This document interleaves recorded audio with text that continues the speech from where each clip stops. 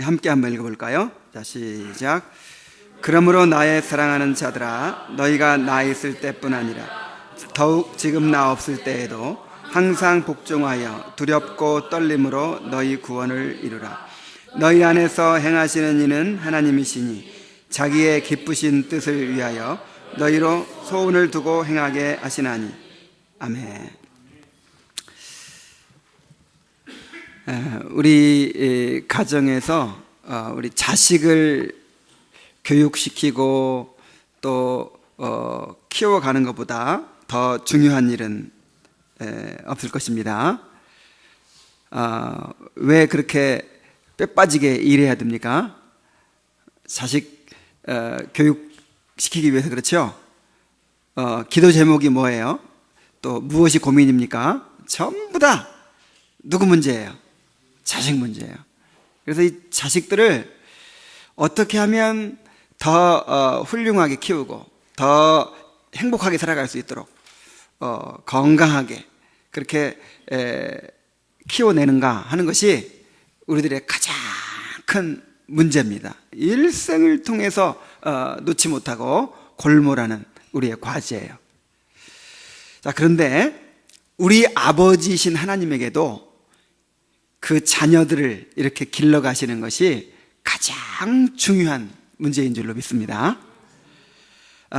우리는 예수님을 믿고 예수님 안에서 하나님의 아들이 됐어요. 하나님의 자녀가 됐어요. 그래서 하나님은 이 자녀가 된 우리들을 이제 상속자로 삼으시고 하늘의 모든 영광의 기업을 이제 물려주고자 하십니다. 그래서 우리를 하나님의 상속자로 그리스도의 형상을 닮은 하나님의 영광스러운 상속자로 그렇게 양육을 해 가시는 것입니다. 그래서 이것을 성경에서는 거룩해 하심 또는 성화라고 이야기를 합니다. 그 성화가 이제 완성되는 것이 바로 이제 영화죠. 우리가 그리스도 형상을 온전히 입고 하나님의 모든 영광을 상속받게 되는 이제 그것이 바로 이 성화의 완성입니다. 그래서 구원받은 성도들은 지금 성화의 과정 가운데 있어요. 신앙생활이 뭡니까? 성화를 이루고 하는 거예요. 그런데 이 성화에 대해서 바로 이해하고 성화를 삶의 목적으로 삼고 성화를 위해 힘쓰는 사람이 많지 않아요. 그래서 이 그리스도인의 삶이 성경과 유리된 그런 겉도는 그런 삶이 되고 마는 것입니다. 하나님의 능력을 경험하지 못하고 우리 안에서 역사하시는 그 부활의 생명을 누리지 못하고 그렇게 종교 생활에 그치는 경우가 얼마나 많은지 모릅니다. 그래서 오늘은 이 말씀을 통해서 성화가 무엇인지, 어떻게 우리가 성화를 이루어갈 수 있는지 한번 살펴보도록 하겠습니다. 이 소요리 문답 제35문에 보면은 성화에 대해서 이렇게 정의를 하고 있어요. 거룩해 하심이란 무엇입니까? 거룩해 하심은 하나님께서 값없이 베푸시는 은혜의 행위인데 이로써 우리가 하나님의 형상을 따라 전인적으로 새로워지게 되고 점점 더 죄에 대하여는 죽고 의에 대하여는 살 수 있게 되는 것입니다. 이렇게 정의를 했어요. 먼저 이 정의에서 나타나듯이 성화는 하나님께서 값없이 베푸시는 은혜의 행위다라는 것을 우리가 알아야 됩니다. 자, 성화는 누가 이루시는 거예요? 하나님이. 그리고 값없이 베푸시는 구원의 행위라는 거예요. 은혜의 행위라는 거예요. 성화에 대한 오해가, 가장 큰 오해가 바로 이것입니다. 성화를 우리 인간이 이루어 가야 되는 것으로 생각을 해요. 인간에게 달려있는 문제로 생각해요. 그래서 성화를 아주 무거운 책임감과 부담으로만 생각하는 것입니다. 그래서 이제 대개 이렇게 생각을 합니다. 이제 은혜로 구원받았으니까 이제 남은 생에는 그 은혜를 보답하는 삶을 살아야 된다. 너무 착하죠? 정말 너무 착하고 좋은 생각인데, 여러분, 은혜를 보답할 수 있어요, 없어요? 은혜는 보답할 수 없는 거예요. 그리고 이제 은혜 다 받은 거 아니에요. 이제 은혜 받기 시작한 거예요. 그래서 은혜를 앞으로 받아야지 이제 보답하는 삶을 사는 게 아니에요. 구원은 은혜로 받지만은 성화는 우리의 노력에 달려 있다. 이게 정말 이단적인 생각인 거예요. 성화를 하나님이 이루어 주시는 구원으로 생각하지 못하고 내가 힘써서 도달해야 될 그런 어떤 도덕적인 변화 뭐 이런 걸로 생각한단 말이에요.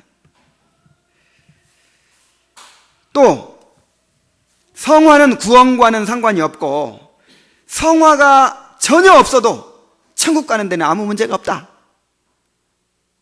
이렇게 생각하는 사람이 있어요. 어차피 이제 구원은 받았으니까 어떻게 살아도 천국은 간다는 거예요. 그리고 이제는 이 성화는 단지 상급받는 데 관계가 있다는 거예요. 자, 이게 맞아요, 틀려요? 성화가 뭔지를 몰라서 이런 말을 하는 거예요. 구원받는 것과 성화를 별개의 문제로 생각하는 데서 오는 오류입니다. 성화가 구원이에요. 성화도 구원의 은혜에 속한 것입니다. 자, 또 이런 생각을 가진 사람들이 또 있죠. 여러분, 이런 사람을 부러워하는 사람들이 많아요. 자기 마음대로 그냥 세상 즐기고 마음대로 살다가 죽기 전에 예수님 영접하고 죽는 사람. 부러워요? 자, 왜 이런 사람이 부러울까요? 그것은 성화를 축복으로 생각하는 것이 아니라 뭔가 내가 희생하고 뭔가 손해보는 걸로 생각하는 이 사상이 있단 말이에요. 늦게 믿는 거, 늦게 구원받는 것이 축복이에요? 하루라도 빨리 구원받는 것이 축복이에요? 정말 그렇습니까? 성화는 축복이에요. 이 땅에서 우리가 누릴 수 있는 최고의 축복이 성화입니다. 자, 이런 오해들이 있는데 성화는 하나님께서 값없이 베푸시는 구원의 은혜라는 거예요. 성령께서 이제 우리의 구원을 이루어 가십니다. 자, 우리의 구원을 이제 성부 하나님이 구원받을 자를 택하시죠. 그리고 성자 하나님이 그 구원을 십자가를 통해서 이루십니다. 그러면 성령 하나님이 이제 그 예수님께서 이뤄놓으신 구원을 우리 각 사람에게, 택한 자에게 적용시켜 가는 과정을 구원의 은혜라 그래요. 은혜 받았다고 할 때는 이 은혜를 말하는 거예요. 그런데 성령께서 그리스도께서 이루신 구원을 우리 삶에 적용시키는 과정을 뭐 여러 가지로 설명할 수 있지만은 대략 9가지로 이렇게 나누어서 얘기해 볼 수 있어요. 그 과정을 맨 처음에 부르심, 중생, 그 다음에 믿음, 회개, 그 다음에 칭의, 양자, 견인, 성화, 견인, 영화, 이렇게 9가지. 이거 기억하세요? 자, 이렇게 이제 우리를 맨 처음에 불러야 되잖아요. 부르신 다음에 중생, 거듭나게 하시고, 거듭나니까 이제 영적인 감각이 생겨가지고 회개하고 믿음을 갖게 돼요. 자, 믿음을 통해서 예수님과 연합하니까 의롭다 하심 받게 돼요. 예수님의 의가 우리에게 전가돼가지고 칭의가 이루어졌죠. 이제 의롭다 하심 받았으니까 죄가 하나도 없는 의인이 됐으니까 하나님의 자녀로 양자로 삼으시는 거예요. 자, 양자 삼았으니까 이제 어떻게 해야 돼요? 키워야죠. 어찌 아비가 징계하지 않는 아들이 있으리요. 이제는 징계를 해요. 징계는 교육시킨다, 그런 뜻입니다. 이제는 그리스도의 형상으로 빚어가는 거예요. 요걸 뭐라 그래요? 성화라 그래요. 근데 성화를 하는 과정에서 힘들죠. 우리가 그거를 끝까지 견디고 이겨나갈, 붙들고 죽기까지 충성할 수 있는 능력이 없어요. 그래서 하나님께서 우리를 끝까지 인내하시도록 붙들어주는 걸 가리켜서 견인이라 그래요. 성도의 견인. 그 다음에 마지막 완성이 뭐예요? 영화예요. 영화. 자, 이게 구원입니다. 이게 이제 예수님께서 이뤄놓으신 구원을 성령께서 우리에게 적용시키는 과정이에요. 그런데 이 가운데 믿는 순간에 이루어지는 것이 있고, 믿고 나서 이제 평생에 걸쳐서 이루어지는 것이 있어요. 예를 들어서 중생, 믿음, 회개, 칭의, 양자, 요거는 언제 이루어져요? 믿는 순간에 이루어졌어요. 그거는 이미 과거의 일이에요. 여러분 믿고 구원 받으셨습니까? 그럼 요 5가지가 다 이루어져 버린 거예요. 이미 믿는 순간에 이루어졌어요. 이제 앞으로 남은 게 뭡니까? 앞으로 이루어가야 될 구원이 뭡니까? 성화, 견인, 영화. 이거는 앞으로 이제 이루어가야 돼요. 그래서 우리가 죽고 나서 부활로 완성이 돼요. 그래서 이게 2가지로 딱 구분할 수 있는데, 그래서 이 9가지를 아예 그냥 2가지로 딱 요약해서 말합니다. 이미 이루어진 구원을 칭의로 요약할 수 있어요. 앞으로 이루어가야 될 구원을 성화로 요약할 수 있어요. 그래서 구원은 뭐와 무엇으로 그냥 9가지 다 기억하기 싫으면 2가지만 기억하세요.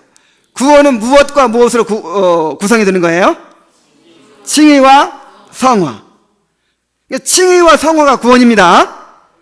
칭의는 죄의 형벌에서 건져주는 것이고, 성화는 죄의 부패성에서 건져주는 거예요. 죄의 오염에서 건져주는 거예요. 그래서 이제 완전히 죄와 상관없이 되는 상태가 영화죠. 그렇다면 칭의와 성화로 이렇게 구분할 수 있다고 했는데, 칭의만 구원이 아니죠? 뭐도 구원이에요? 성화도 구원이에요. 칭의의 은혜를 받은 것으로 다 된 것이 아니고, 이제 무슨 은혜를 받아야 돼요? 성화의 은혜를 받아야죠. 그리고 칭의와 성화가 분리될 수가 있어요, 없어요? 나는 칭의는 받았는데 성화는 못 받았어. 자, 이렇게 될 수가 있어요, 없어요? 엄마가 아기를 낳기만 하고 키우지 않는 엄마가 있다. 이건 비정상이죠. 낳았으면 어떻게 해요? 반드시 키우게 돼 있어요. 엄마는 아기를 키울 수밖에 없어요. 그래서 키우기 어려우니까 아예 안 낳아버리잖아요, 요즘에. 낳는데 안 키울 수는 없는 거예요. 그래서 칭의를 받은 사람은 반드시 뭘 받게 돼 있을까요? 성화를 받게 돼 있는 거예요.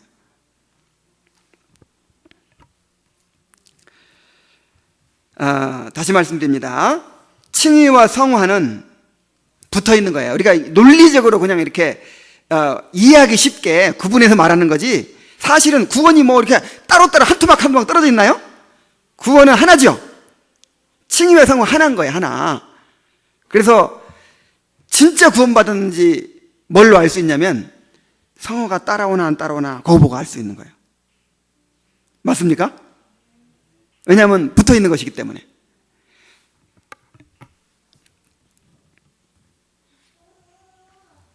칭의와 성화는 절대로 분리될 수 없고, 칭의만 받고 성화는 못 받는 경우는 있을 수가 없습니다. 성화는 우리에게 허락된 은혜이고 우리가 누릴 수 있는 최고의 축복입니다. 성화는 우리를 어렵게 하는 것이 아니고 우리 삶을 더욱 기쁘게 하고 자유롭게 하고 행복하게 하는 것입니다. 그러니까 우리가 더 행복해져 갈 수 있는 것이 바로 뭐예요? 성화예요. 그래서 진정으로 거듭난 사람은 성화를 갈망하게 되어 있는 것입니다. 그래서 성화는 꼭 기억하세요. 성화는 우리의 노력으로 이루어가야 되는 무거운 책임이 아니라 하나님께서 값없이 베푸시는 은혜의 행위다. 기억하시기 바랍니다. 한번 따라해 봅시다. 성화는 하나님께서 값없이 베푸시는 은혜의 행위다.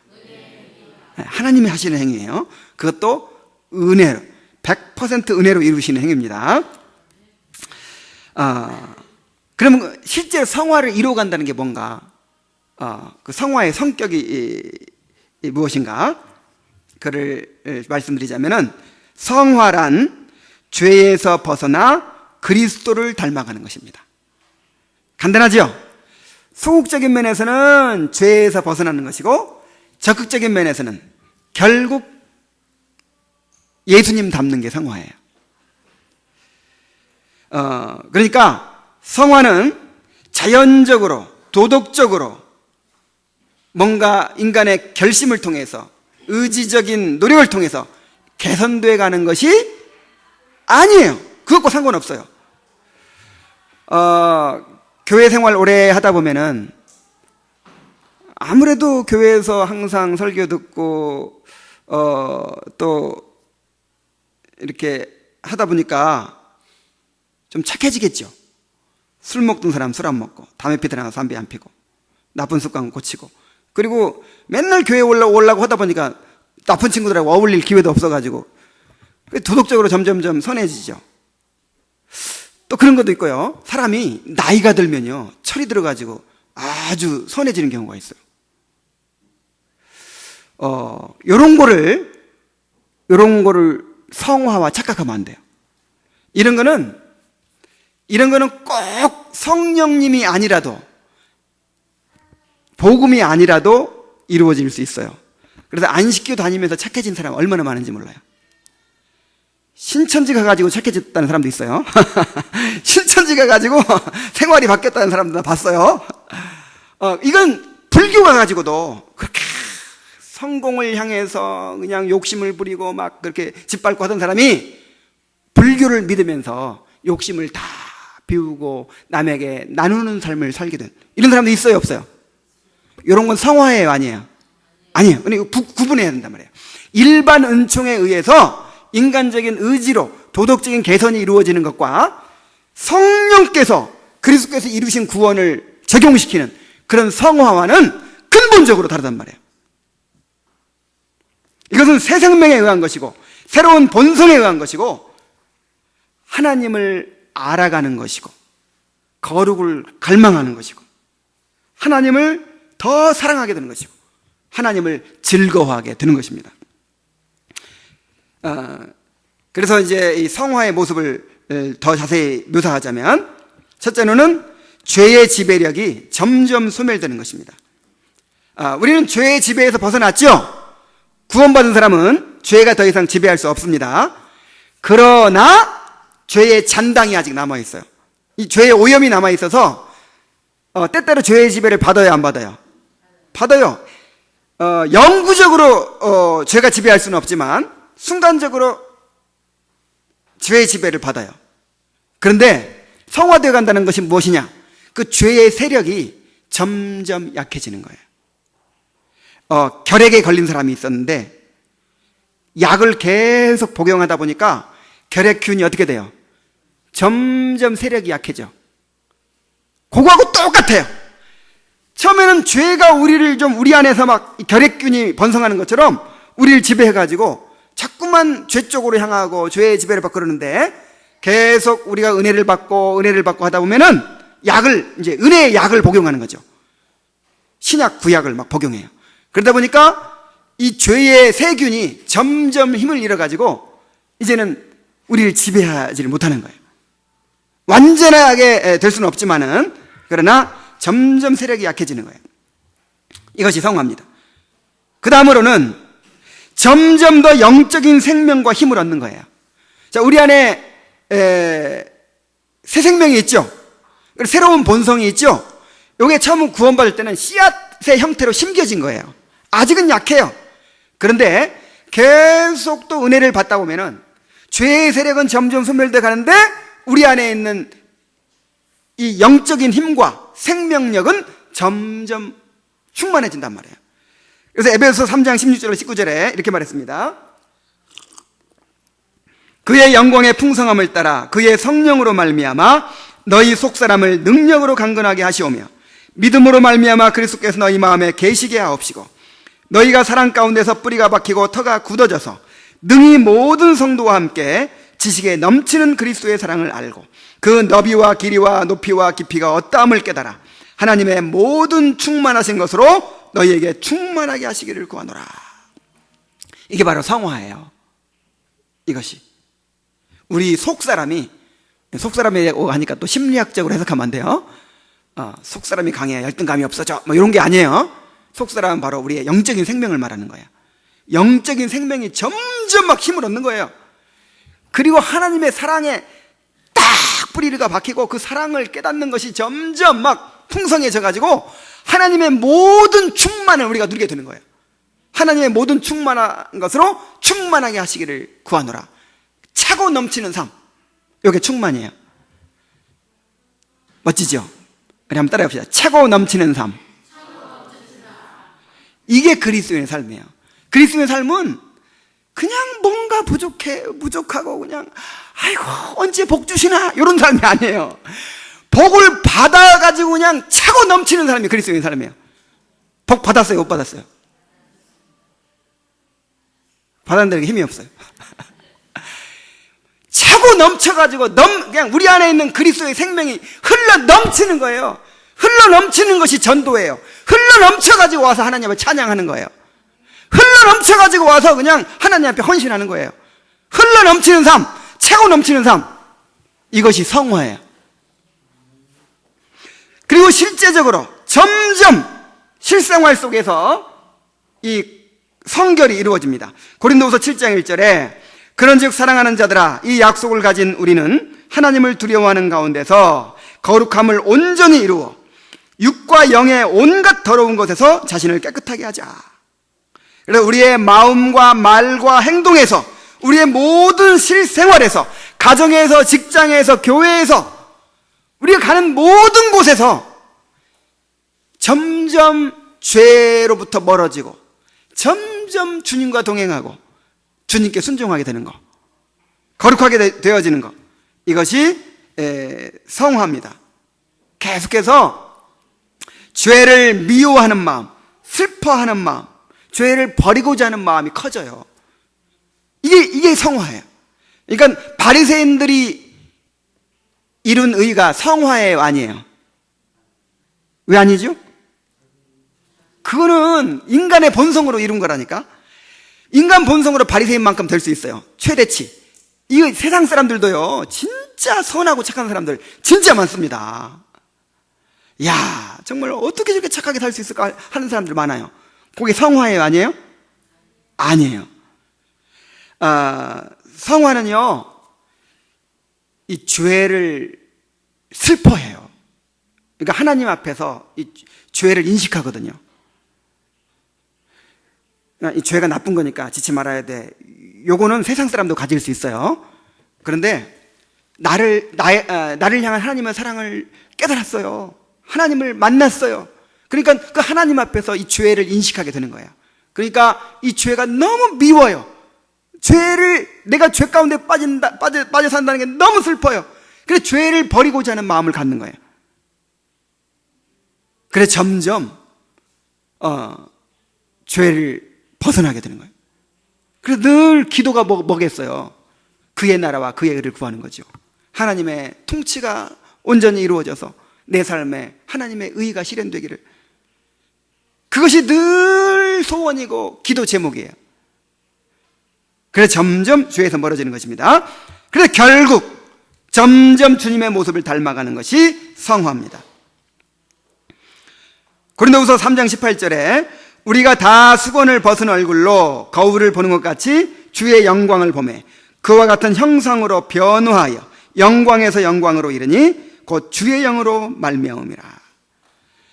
자, 우리가 무슨 돌을 닦고 수양을 하고 갈고 닦고 가지고 변화되는 것이 아니고 주님을 바라봄으로 변화되는 거예요. 주의 영광을 봄으로 변화되는 거예요. 오늘 지금 주의 영광을 보러 왔죠. 주의 영광을 봄에 그와 같은 형상으로 변화하여 영광에서 영광으로 이르니 우리 자신도 모르게 점점 영광스러워져 가는 거예요. 모세가 하나님하고 40일간 교제하고 오니까 자기는 못 느꼈는데 사람들이 보니까 어떻게 해요? 빛이 나가지고 막 볼 수가 없어. 그래서 수건으로 가렸잖아요.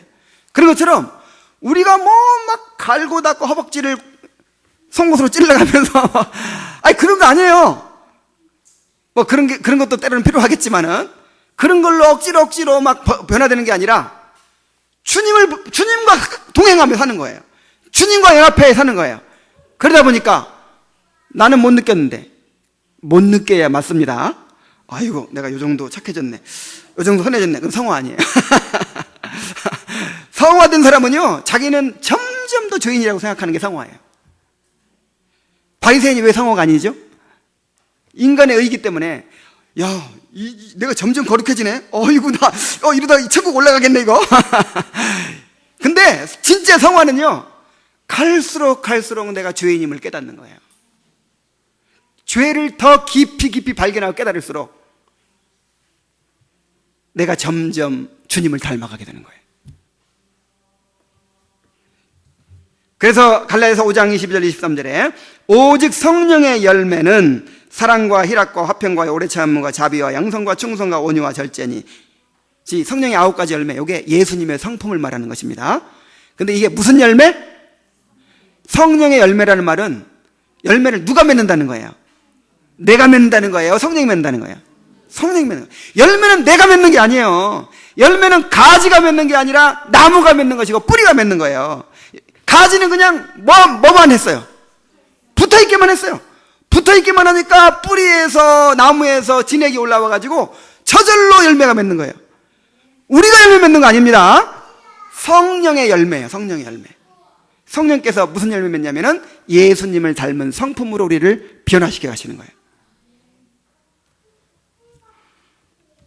자, 이런 성화가 어떤 원리로 이루어질까? 이 성화의 원리. 성화의 원리는 뭐냐면 방금도 조금 말씀드렸는데 그리스도와의 연합을 누림으로 이루어집니다. 자, 성화가 어떻게 이루어져요? 그리스도와의 연합을 누림으로. 그러니까 이 기독교인의 신앙생활은 그리스도 안에서라는 말로 요약될 수 있어요. 이게 너무 중요한 말이에요. 한번 따라해 봅시다. 그리스도 안에서. 그리스도 안에서. 이게 그리스도인의 신앙생활을 한마디로 요약한 말이에요. 그리스도 안에서. 구원도 그리스도 안에서, 천국도 그리스도 안에서, 성화도 그리스도 안에서, 막 기도도 누구 안에서? 그리스도 안에서. 복을 받아도 누구 안에서? 그리스도 안에. 모든 게 그리스도 안에 있어요. 근데 성화도 처음부터 끝까지 어디 안에서? 그리스도 안에서. 예수님이 우리의 거룩함이 되십니다. 고린도서 1장 30절에 너희는 하나님으로부터 나서 그리스도 예수 안에 있고 예수는 하나님으로부터 나와서 우리에게 지혜와 의로움과 거룩함과 구원함이 되셨으니. 자, 우리가 이제 예수님과 딱 결혼해버리니까, 예수님과 연합해버리니까 예수님의 안에 있는 모든 것이 누구 것이 됐어요? 우리 것이 됐어요. 예수님이 이루신 모든 구원이 우리 것이 됐는데, 구체적으로 지혜가 우리 것이 되고, 이 지혜는 구원의 지혜를 말하는 거예요. 아니, 우리가 어떻게 이 진리를 찾을 수 있었어요? 그리스도 안에 들어가니까 다 우리 것이 됐습니다. 의로움, 그리스도의 의로움 우리 것이 됐어요. 그 다음에 거룩함, 이게 성화예요. 그리스도의 거룩함이 우리 것이 되는 거예요. 이것이 성화의 원리입니다. 이게 성화는 나한테서 나온다고 생각하니까 자꾸 오해를 하는 거예요. 다시 우리가 강조해야 되는 게 뭐냐면은 인간의 전적 부패, 전적 무능이에요. 여러분, 우리 안에서는요 선한 것이 나올 수가 없어요. 조금만 우리 안에서 뭔가 선한 것이 나올 수 있다 이렇게 생각하는 것이 율법주의고 기복신앙이고 번영신앙이고 신비주의예요. 그러니까 기복신앙, 번영신앙도 결국 뭐냐면 내가 잘하면 복 받고 못하면 못 받고 이거잖아요. 그러니까 결국 복 받고 못 받고 누구한테 달려있다는 거야? 나한테 달려있다는 거잖아요. 내 안에 뭔가 선한 것이 나올 수 있다는 거잖아요. 신비주의가 뭐냐? 내가 막 관상기도하고 아니면 무슨 뭐 삼각산에 가서 지리산에 가서 3년간 기도하고 이거 내가 뭔가 막 이 수양을 하고 막 그러면 뭔가 하나님과 통하는 것이 나한테 나온다는 거예요. 이렇게. 율법주의가 뭡니까? 내가 율법을 열심히 지키면 하나님이 복 주시고 열심히 지키면 구원해 준다는 거잖아요. 전부 다 어디서부터 출발해요? 나한테서. 이게 인간이 어떤 존재인지를 몰라서 그런다니까요. 다시 한번 따라해 봅시다. 전적 부패. 하여간 속속들이 썩어버렸다는 거예요. 썩은 생선처럼 되어버렸다는 거예요. 또 전적 무능. 그래서 우리 힘으로는 우리 안에 선한 것이 없고 어떤 것도 하나님께 드릴 만한 것을 내놓을 수가 없다는 거예요. 그래서 우리의 성화도 그 예수님의 성화를 우리 것으로 누리는 것이 성화지, 내가 뭔가 선해지고 착해지고 이런 게 아니란 말이에요. 자, 우리는 그리스도와 연합을 통해서 즉각적인 성화가 이루어집니다. 성화도 두 가지예요. 즉각적인 성화가 있고 점진적인 성화가 있어요. 예수님을 믿는 순간 즉각적인 성화가 이루어집니다. 그게 뭐냐면 우리가 새로운 생명과 본성을 소유하게 된다 그랬죠? 에스겔 36장 26절 27절에 보면은 또 새 영을 너희 속에 두고 새 마음을 너희에게 주되 너희 육신의 굳은 마음을 제거하고 부드러운 마음을 줄 것이며 내 영을 너희 속에 두어 너희로 내 율례를 행하게 하리니 너희가 내 규례를 지켜 행할지라. 그러니까 우리가 거듭난다는 게 뭐냐면 새로운 생명, 새로운 본성을 넣어줘 버리는 거죠.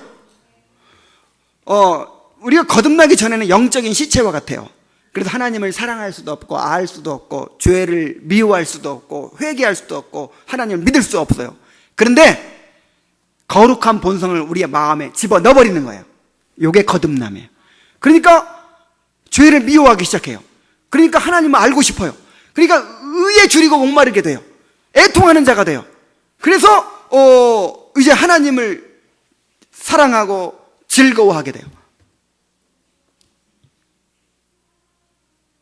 누가 주신 변화예요? 하나님이 재창조의 역사예요. 재창조. 우리를 재창조하시는 것입니다. 재창조가 아니면 희망이 없는 존재라니까. 인간은 노력해가지고 되는 게 아니에요.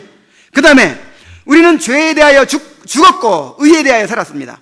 로마서 6장 10절 11절에 보면은 그가 죽으시면 죄에 대하여 단번에 죽으시며 그가 살아계시면 하나님께 대하여 살아계심이니 이와 같이 너희도 너희 자신을 죄에 대하여는 죽은 자요 그리스도 예수 안에서 하나님을 대하여는 살아있는 자로 여길지어다. 여러분 구원 받으셨습니까? 그러면 죄에 대하여 죽었다고 믿어야 돼요. 그리고 누구에 대해 살았어요? 하나님에 대해 살았어요. 요게 성화예요. 이게 엄청난 변화예요. 재창조의 역사예요. 옛날에는 죄에 대해는 펄펄 살았어요. 죄가 나를 지배해요. 하나님에 대해는 어떻게 됐다고요? 죽었어요. 그러니까 알기 쉽게 설명하면 죄로 가는 전기선은 살아있었어. 220V 전류가 흘러. 근데 하나님께로 가는 전기선은 어떻게 되어 있어요? 끊어져 있었어. 그런데 내가 예수님과 연합하는 순간 죄와 연결된 전기선이 어떻게 됐어요? 끊어져 버리고 하나님께로 연결된 전기선이 어떻게 됐어요? 살아있어요. 그래서 하나님의 생명이 이제 연결이 돼가지고 교류가 일어나는 거예요. 교통이 일어나는 거예요. 이것이 바로 즉각적 성화입니다. 그래서 우리가 구원받았다 할 때 이미 거룩해져 버렸어요. 그래서 성화를 성경에서는 두 가지 시제로 얘기합니다. 어떨 때는 과거 완료 형태로 얘기해요. 거룩함을 얻었노라 그래요. 그래서 구원받은 사람을 뭐라고 불러요? 성도. 성도라는 말이 집사 못하고 장로 못한 사람 성도라고 부르는 게 아니에요. 이게 영어로는 뭔 줄 알아요? 세인트, 성 어거스틴, 성 마무개 할 때 그 성자라는 뜻이에요. 천주교에서는 특별한 사람만 성자죠. 근데 종교개혁을 통해서 성경의 진리로 돌아간 우리 프로테스탄트에서는 뭐라고 해요? 모든 구원받은 사람이 뭐다? 성도다. 이게 가장 귀한 이름입니다. 여러분, 거룩한 물이란 뜻이에요. 이제 성자가 됐다는 뜻이에요. 이미 거룩해졌어요. 왜냐하면 예수님의 새 생명과 새로운 본성이 심겨져 버리고 죄에 대해서는 죽고 의에 대해서는 살았기 때문에 이미 거룩한 성도입니다. 이것이 언제 이루어졌어요? 예수님과 연합함으로 이루어졌단 말이에요. 자, 이렇게 연합된 사람이, 그래서 즉각적인 성화가 이루어진 사람이 이제는 점진적인 성화를 이루어갑니다. 우리가 삶에서 그리스도와 연합을 누림으로 성화를 이루어가는 거예요. 그러니까 맨 처음에 예수 믿을 때 연합된 것은 결혼식이라면, 결혼식 했으면 어떻게 해야 돼요? 한 방에 같이 살아야죠. 그것처럼 이제 결혼 생활이 바로 그리스도와 연합을 누리는 삶이에요. 결혼 생활 잘하세요. 각방 쓰지 마세요. 우리가 이제 그 예수님과 한 방에서 이제 결혼 생활을 누림으로 점진적인 성화가 이루어져 가는 거예요.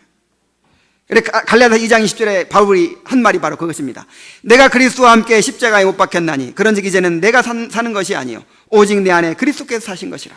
이제 내가 육체 가운데 사는 것은 나를 사랑하사 나를 위하여 자기 자신을 버리신 하나님의 아들을 믿는 믿음 안에서 사는 것이라.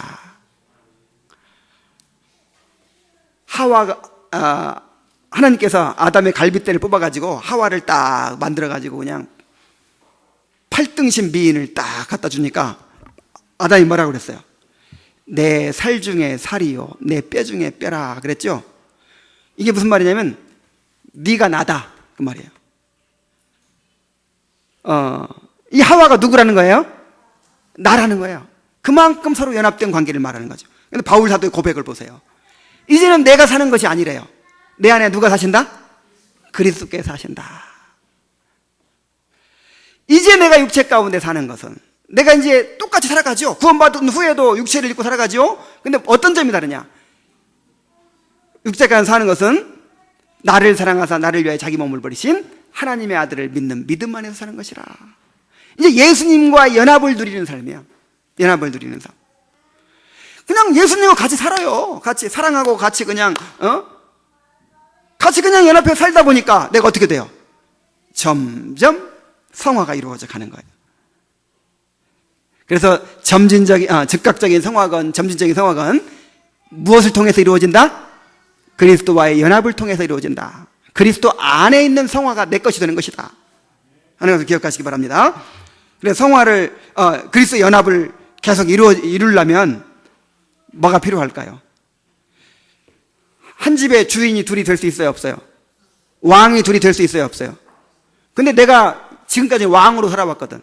인간의 죄성이라고 하는 게 뭐냐면 내가 왕 노릇하는 것이고 내가 하나님 노릇하는 것이고 내가 주인 노릇하는 거예요. 그래서 예수님 말씀하셨어요. 너 정말 너희들 나하고 연합되기 원하냐? 나와의 연합을 누리기 원하냐? 그러면 아무든지 나를 따라오려거든 자기를 어떻게 하고? 부인하고 날마다 제 십자가를 지고 나를 쫓아라. 그러니까 우리가 할 일은 날마다 그거예요. 나를 복종시키고 나를 굴복시키고 포기하는 거예요. 그래서 십자가가 없을 수가 없는 거예요. 그리스도와의 연합을 통해서 성화가 이루어진다. 기억하시기 바랍니다. 자, 이제 마지막으로 그럼 우리가 어떻게 해야 됩니까? 여러분 성화되고 싶죠? 정말 되고 어떻게 해야 될까요? 어떻게 성화를 이루어가야 될까요?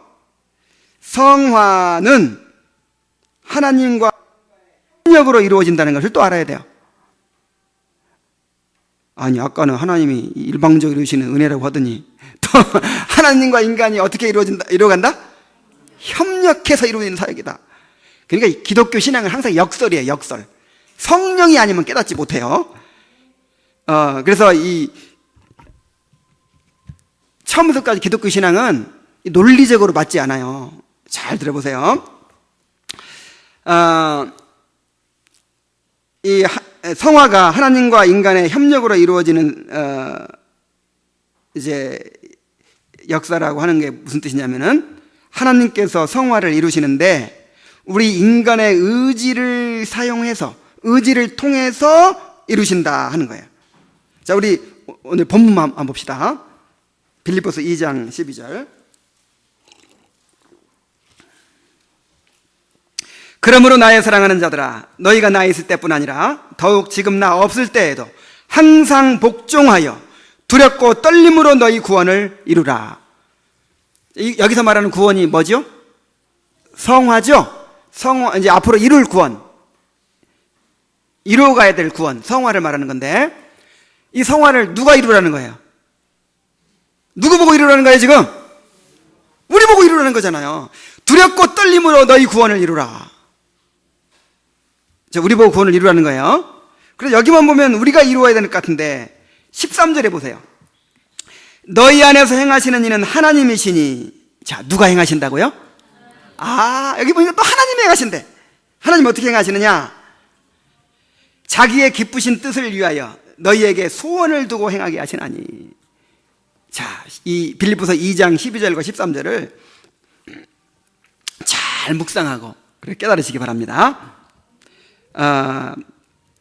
성화는 하나님이 이루십니다. 아까도 말씀드렸지만 100% 하나님이 주권적인 은혜로 이루어 가시는 것이 성화예요. 성화의 책임이 누구에게 있어요? 하나님께 있어요. 우리를 구원해 주신다 하는 말은 칭의만 준다는 말이 아니라 성화까지 준다는 말이잖아요. 그래서 결국 하나님께서 성화까지 이루실 것입니다. 그런데 왜 우리 보고 또 명령합니까? 왜 우리 보고 두렵고 떨림으로 이루라고 합니까? 그것은 우리가 하나님의 형상대로 지음받은 인격을 가진 존재잖아요. 우리 기계가 아니에요. 로봇가 아니에요. 그래서 하늘의 해, 달, 별이나 아니면 짐승들 같으면 하나님이 뭐 물어보고 뭐 하라고 명령할 필요 있어요, 없어요? 없어요. 그냥 일방적으로 달 너는 지구 주위를 돌아, 지구 너는 태양 주위를 돌아, 그러면 돼요. 그냥 명령만 하면 돼요. 그리고 명령이 아니라 그냥 자연 법칙만 줘서 그냥 저절로 돌게 하면 돼요. 짐승들은 본능에 따라서 살아가도록 하면 돼요. 근데 인간은 하나님의 형상으로 지음받았단 말이에요. 인격이 있단 말이에요. 근데 나는 가만히 있는데 하나님이 혼자서 막 성화를 이뤄요? 그런 게 아니에요. 우리에게 소원을 두고, 뭘 두고? 무슨 소원을 두실까요? 성화에 대한 소원이죠. 주님 닮고 싶어요. 하나님 알고 싶어요. 제발 좀 죄에서 벗어나고 싶어요. 하나님의 의를 이루고 싶어요. 주님 기쁘시게 하는 삶을 살고 싶어요. 예수님 닮고 싶어요. 자, 그런 소원이 있어요, 없어요? 이거 있는 사람이 구원받는 사람이에요. 그래가지고 이 소원을 두고 행하게 하신다 이 말이에요. 그래서 행하게 하시려고 우리에게 명령하시는 거예요. 두렵고 떨림으로 너희 구원을 이루라. 그래서 우리가 어떻게 해야 돼요? 두렵고 떨림으로 우리의 구원을 애써서 힘써서 이루어 가야 될 줄로 믿습니다. 그래서 내 힘으로 하는 줄 알았더니 알고 보니까 누가 하게 하신 거예요? 하나님이 하게 하신 거예요. 구체적으로 우리가 성화를 위해서 힘써야 될 것 2박 3일 동안 이야기할 수 있지만 딱 2가지만 얘기할게요. 우리가 성화를 위해 힘써야 될 것 딱 2가지. 죄 죽이기, 그 다음에 은혜 살리기. 자, 다시 한번. 죄 죽이기, 은혜 살리기. 자, 요 2가지만 하세요. 2가지. 자, 우리 안에 끊임없이 죄가 우리를 지배하려고 한다 그랬죠? 그래서 로마서 6장 12절에 그러므로 너희는 죄가 너희 죽을 몸을 지배하지 못하게 하여 몸의 사욕에 순종하지 말고. 죄는 끊임없이 우리를 지배하려고 막 합니다. 그렇죠? 그래 그냥 생각 없이 살면 어떻게 돼요? 죄의 지배를 받아요. 금방 죄의 지배를 받아요. 그러니까 끊임없이 죄가 지배하지 못하도록 할 책임이 누구한테 있을까요? 그걸 가리켜 죄 죽이기라 그래요. 죄 죽이기. 로마서 8장 13절에 너희가 육신대로 살면 반드시 죽을 것이로되. 육신이 바로 죄성을 말하는 거죠. 너희가 죄를 따라 살면 반드시 죽을 것이로되 영으로서 몸의 행실을 죽이면 살리니. 여기서 죄 죽이기라는 말이 나왔어요. 그러니까 죄를 죽이는 삶을 살아야 돼. 날마다 죄를 죽여야 돼. 마음에는 원이로도 육신이 약해서요. 그거는 거기에 해당되는 말이 아니에요. 그건 절대로 갖다 붙이면 안 돼요. 우리 안에 성령이 주어져 있어요. 새로운 본성이 주어져 있어요. 은혜의 수단들이 주어져 있어요. 하나님이 우리와 함께 하세요. 우리가 이길 수 있어요, 없어요? 있으니까 죽이라고 하죠. 바울도 끊임없이 죄 죽이기 힘썼습니다. 고린도전서 9장 25절 27절에 보면 그러므로 나는 다름질하기를 향방하는 것 같이 아니하고 싸우기를 허공을 치는 것 같이 아니하여 내가 내 몸을 쳐 복종하게 하면 내가 남에게 전파한 후에 자신이 도리어 버림을 당할까 두려워함이라. 날마다 자기 몸을 쳐 복종을 했다고 그랬어요, 바울이. 우리도 날마다 자기 몸을 쳐 복종을 시키는 죄 죽이는 삶을 살아야 될 줄로 믿습니다. 근데 이것은 동시에 은혜 살리기가 있어야 돼요. 죄를 죽이는 방법이 뭐냐면 그냥 이를 악물고 막 죄를 막 싸우고 이렇게 해서 이길 수 있는 게 아니에요. 죄는 은혜를 통해서 이길 수 있습니다.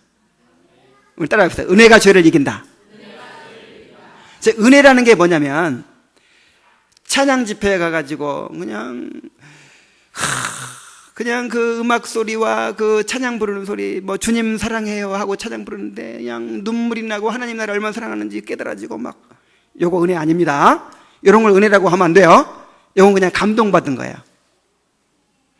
은혜라고 하는 거는 구원의, 아까도 말했지만 성령께서 예수님이 이루신 구원을 우리에게 적용시켜 주는 걸 은혜라고 그래요. 더 구체적으로는 우리의 성화를 이루기 위해서 성령께서 말씀을 통해서 우리를 감화시켜 주는 거, 요걸 은혜라고 합니다. 이 전부 다 이 감동받은 걸 은혜라고 오해한단 말이에요, 사람들이. 그래서 은혜하면 항상 구원을 생각해야 돼요, 구원. 은혜하면 항상 성령의 감화를 생각해야 돼요. 그래서 은혜의 수단은 말씀과 성례예요. 말씀과 성례. 그리고 한 가지 덧붙이면 기도. 이 은혜의 수단을 통해서 은혜가 옵니다. 그래서 은혜를 살려야 돼요. 은혜가 우리를 지배할 때 죄를 이기고 거룩한 삶을 살아갈 수가 있습니다. 이 말씀과 성례와 기도를 통해서 끊임없이 은혜를 받아야 돼요. 그래서 베드로전서 2장 2절에 보니까 갓난 아이들 같이 순전하고 신령한 자들을 사모하라. 이는 이로 말미암아 너희로 구원에 이르도록 자라게 함이니라. 이 구원이 성화죠. 성화를 이루려면은 갓난 아이들처럼 뭘 사모하라? 말씀을 사모하라. 말씀 사모하세요. 그래서 여러분, 우리 상록교회에서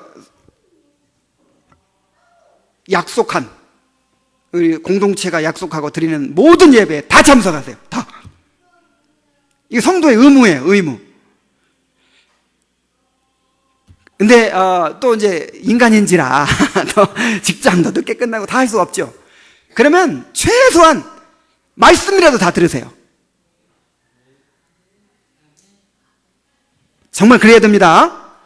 나 그냥 만나는 사람마다 다 물어봐요. 요즘 말씀 잘 듣고 있습니까? 물어볼 거니까. 지난주 수요예배 말씀 들으셨습니까? 진짜 그래야 돼요. 은혜의 수단이 뭐라고요? 그러니까 은혜의 수단은 그냥 한 가지만 딱 얘기하면 말씀이야, 말씀. 그 다음에 이제 두 가지로 얘기하면 말씀과 성례고, 세 가지로 얘기하면 말씀과 성례와 기도예요. 하여간 말씀을 대체할 수 있는 게 없는 거예요. 그러니까 우리가 뭐 다른 방법으로 무슨 어디 뭐 산기도 가가지고 아니면 무슨 부흥 집회 가가지고 어디 막 자꾸만 그렇게 해가지고 무슨 변화될 걸 기대하지 마세요. 이 예배를 통해서 선포되는 하나님의 말씀을 통해서 은혜가 오고 우리의 변화가 일어납니다. 말씀 들으세요. 정말 결심해야 됩니다. 그 다음에 이제 그 말씀을 통해서 우리가 변화를 될 수 있도록 기도해야죠. 누가복음 11장 13절에 너희가 악할지라도 좋은 것을 자식에게 줄 줄 알거든 하물며 너희 하늘 아버지께서 구하는 자에게 성령을 주시지 않겠느냐. 구하라, 찾으라, 두드리라. 이건 뭐예요? 바로 우리의 성화를 위한 기도인 거예요. 구하는 자에게 성령을 주시지 않겠느냐. 하나님, 나는 마음에는 원이라도 육신이 약해서요, 그런 핑계 될까봐 구하라, 그럼 줄 것이다. 찾으라, 그럼 찾을 것이다. 두드린 자 열릴 것이다. 이거는 100% 응답이에요. 이거는 응답되지 않을 수가 없어, 이거는. 그러니까 예를 들어서 내가 병이 들었어. 근데 고쳐달라고 기도해야죠. 근데 병 들었을 때 고쳐달라고 하면 100% 고쳐줍니까? 고쳐줘요, 안 고쳐줘요? 안 고쳐줄 때가 더 많더라고요. 그죠? 물론 고쳐줄 때도 있지만. 그러니까 왜냐하면 어떤 것이 우리에게 유익인지 우리는 알 수 없어요. 그러나 100% 응답되는 기도가 있는데 바로 이런 성령을 구하는 기도예요. 우리의 성화를 위한 기도예요. 하나님, 내가 저 사람 용서하고 싶어요. 지금 하나님께 용서하라고 하시는데 용서하고 싶은데 너무 용서가 어렵습니다. 용서할 수 있도록 도와주세요. 이걸 날마다 눈물로 기도해 보세요. 응답돼요, 안 돼요? 100% 돼요. 하나님, 난 남편이 미워 죽겠어요. 내 몸처럼 사랑하라고 했는데 내가 사랑을 못하니까 지금 불신자 남편이 구원받지 못하고 있어요. 사랑하게 해주세요. 응답 될까요, 안 될까요? 구하란 말이에요. 은혜를 살리시기 바랍니다. 자, 성화는 우리가 성화를 위해 실천해야 될 것이 뭐라고요? 두 가지. 죄 죽이기, 그 다음에 은혜 살리기. 근데 은혜를 살리는 방법은 뭐라고요? 말씀 들으세요. 말씀. 제발 말씀 들으세요. 이 말씀을 맺겠습니다. 하나님은 삶의 모든 과정을 통해서 우리를 그리스도의 형상으로 빚어가고 계십니다. 하나님은요, 여러분, 우리가 이 땅에서 얼마나 높아지고 낮아지고 얼마나 부자로 살고 가난하게 살고 이런 거 관심 없어요, 별로. 아니, 좀 이 땅에 잠깐 사는 건데 좀 부자로 살면 어떻고 가난하게 살면 어때요? 좀 일찍 죽으면 어떻고 늦게 죽으면 어때요? 그게 절대적인 문제인가요? 우리를 향한 하나님의 모든 관심은 뭐예요? 로마서 8장 28절에 하나님을 사랑하는 자, 곧 그 뜻대로 부르심을 입은 자들에게는 모든 것이 합력하여 선을 이루느니라. 그러니까 우리가 지금 당하고 있는 어려움, 또 어떤 축복을 만난 거, 잘된 일, 안 되는 일, 이제 특히 여기서는 고난을 얘기해서 고난. 우리가 당하는 모든 고난이 사실은 다 목적이 뭐라는 거예요? 합력하여 뭘 이룬다? 선을 이룬다. 이 선이라는 것이 바로 구원을 말하는 것이라니까요. 우리가 이루어가야 될 구원. 합력하여 선을 이루기 위해서, 그러니까 어떤 환경, 어떤 고난 가운데서도 우리가 추구해야 될 게 뭐예요? 거기서 나 자신을 발견하고 하나님을 발견하는 게 필요한 거예요. 물론 하나님 이 병 고쳐주세요, 이 경제적인 어려움 해결해 주세요, 이렇게 기도해야겠죠. 근데 그것만 매달릴 것이 아니라 이 가운데서 뭘 발견하라고요? 나 자신을 발견하고 하나님을 발견하고 내가 어떻게 살아야 될 것을 깨달아야 될 줄로 믿습니다. 근데 그건 못 깨닫고 그냥 그 문제 해결만 붙잡고 늘어지니 얼마나 하나님이 안타까우시겠어요. 성화가 우리의 삶의 목적이 되어야 됩니다. 죄에서 벗어나서 그리스도의 형상을 본받는 것이 우리 삶의 목적이 되고 우리의 소원이 되어야 됩니다. 삶의 모든 과정에서 우리를 빚으시는 하나님의 능하신 손길을 순종해야 됩니다. 성화의 축복을 누리는 성도가 되기를 바랍니다. 기도하겠습니다. 하나님 아버지, 우리에게 이토록 놀라운 구원을 허락해 주셔서 감사드립니다. 아버지 하나님, 우리가 성화의 은혜를 간절히 간구합니다. 현재 우리 삶에서 당하는 모든 일들 가운데서 합력하여 선을 이루고 계시는 주님,